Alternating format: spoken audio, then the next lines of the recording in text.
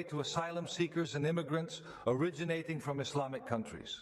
We should withdraw from the Schengen Agreement and reintroduce our own border controls, in order not to provoke, but to demonstrate that we never give in to threats and violence, and that we proudly and firmly support our freedom.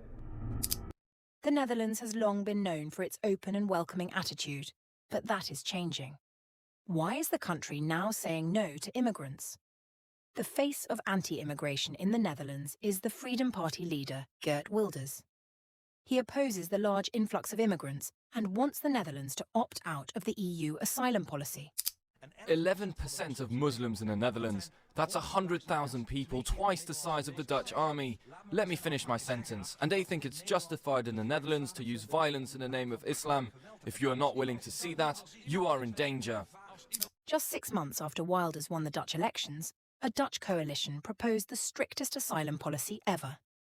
Wilders advocates for a 0% asylum policy, meaning no new asylum seekers would be allowed into the country.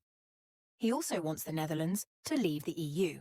Additionally, Wilders calls for stricter border controls, increased deportations, and tighter regulations on asylum seekers already in the Netherlands. This isn't new. Wilders has made anti-EU statements before, criticising their handling of the large influx of migrants. Our survival today and the threats to our freedom are the European Union, mass immigration, and this terrible Islamic ideology of submission and violence.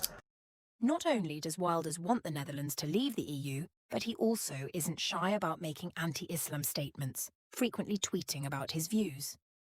To understand this shift, let's look at the historical context. The Netherlands has a long history of immigration, welcoming people from all over the world. However, in recent years, public sentiment has significantly shifted, with growing concerns about housing, employment, and cultural integration. As a result, the political landscape has changed dramatically. So what exactly has changed, and why is the Netherlands taking such drastic measures?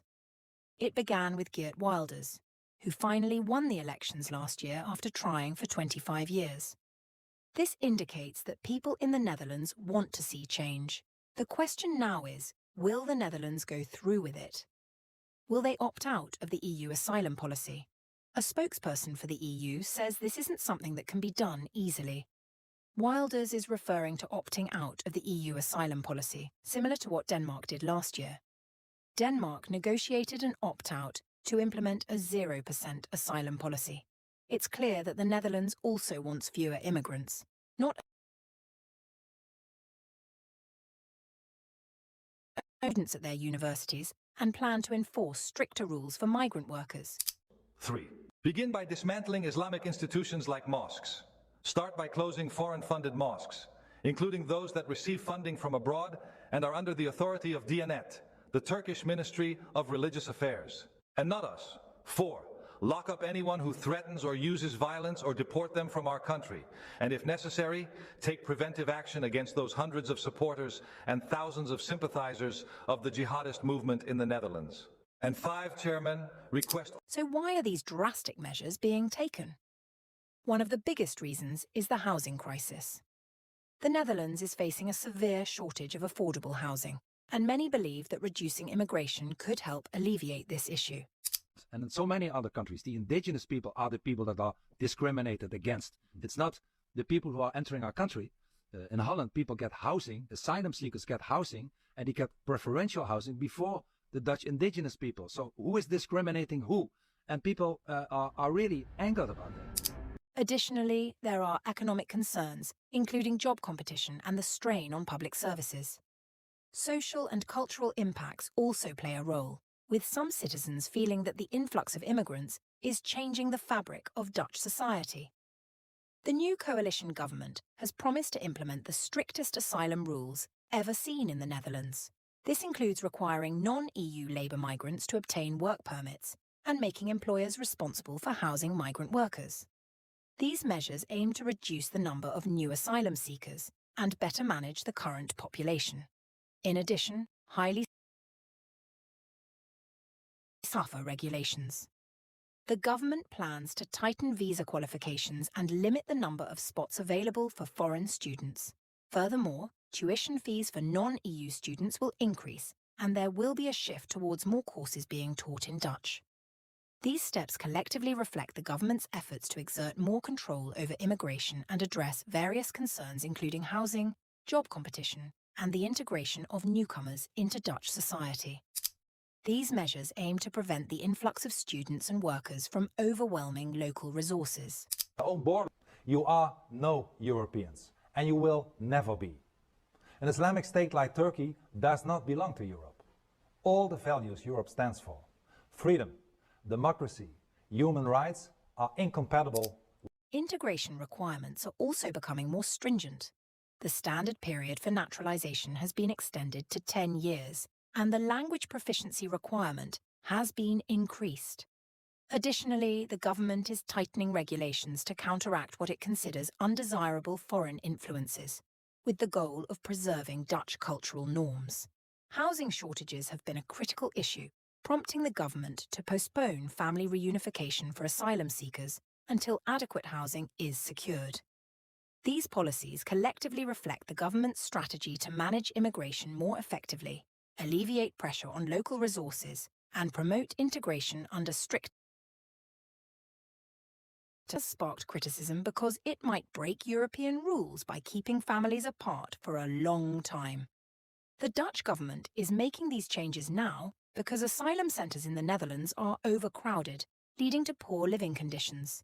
They aim to reduce new arrivals and find more housing for those who already have residence permits. The influx of migrants has strained the Dutch economy and social services. By tightening immigration rules, the government hopes to ease these pressures and ensure that resources are available for Dutch citizens and long-term residents.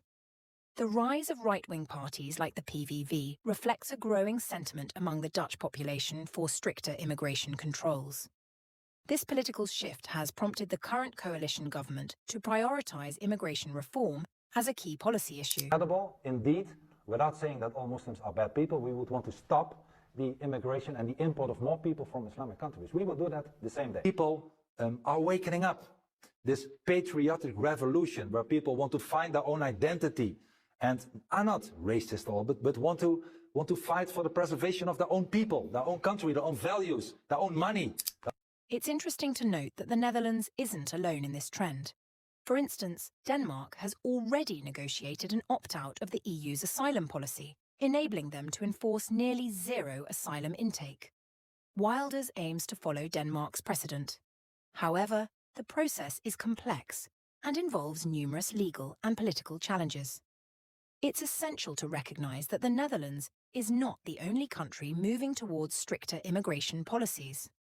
Other European countries, such as Denmark and Hungary, have implemented similar measures, citing national security and economic stability as primary reasons. This trend mirrors a broader shift towards nationalism and protectionism in Europe, where countries prioritise their own interests over collective European values of openness and solidarity. The challenge lies in balancing national interests with humanitarian responsibilities and finding a sustainable approach to immigration that benefits both native citizens and newcomers. This delicate balance is crucial for fostering cohesion within European societies, while addressing the complex realities of migration and integration. The election results indicate that a significant portion of the Dutch population supports these policies, hoping for change. However, it's important to recognise that the Netherlands is a diverse country with a wide range of opinions. Many people strongly oppose these measures, arguing that they contradict the values of tolerance and openness that the Netherlands is known for. What might these policies mean for the future? In the short term, we could see fewer asylum seekers and immigrants coming to the Netherlands. However, in the long term, the effects could be more complicated. Economically, the country might struggle if it loses a valuable workforce. Socially, these policies could create more division and tension within Dutch society. For the EU, this could indicate a shift towards stricter immigration rules across Europe. In conclusion, the Netherlands faces a crucial juncture with Geert Wilders' stringent asylum policies. The country is boldly asserting its position on immigration. Whether these measures will effectively address the housing crisis and other issues remains uncertain. However, one thing is evident. The debate on immigration in the Netherlands is far from settled.